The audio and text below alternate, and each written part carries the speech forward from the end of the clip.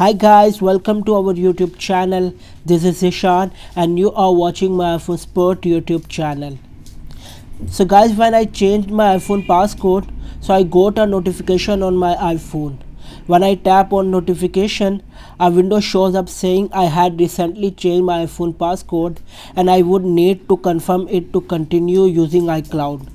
So guys, if this notification is showing on your iPhone, then keep watching this video until the end, because today I'm going to teach you how to fix confirm passcode notification on iPhone, iPad or iPod Touch.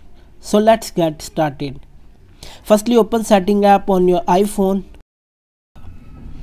Now click confirm iPhone passcode notification or Apple ID suggestion under your name. Next, click continue button.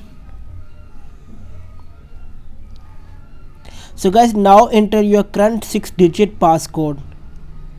So after entering the passcode, wait for few seconds. Notification will remove from setting. That's all.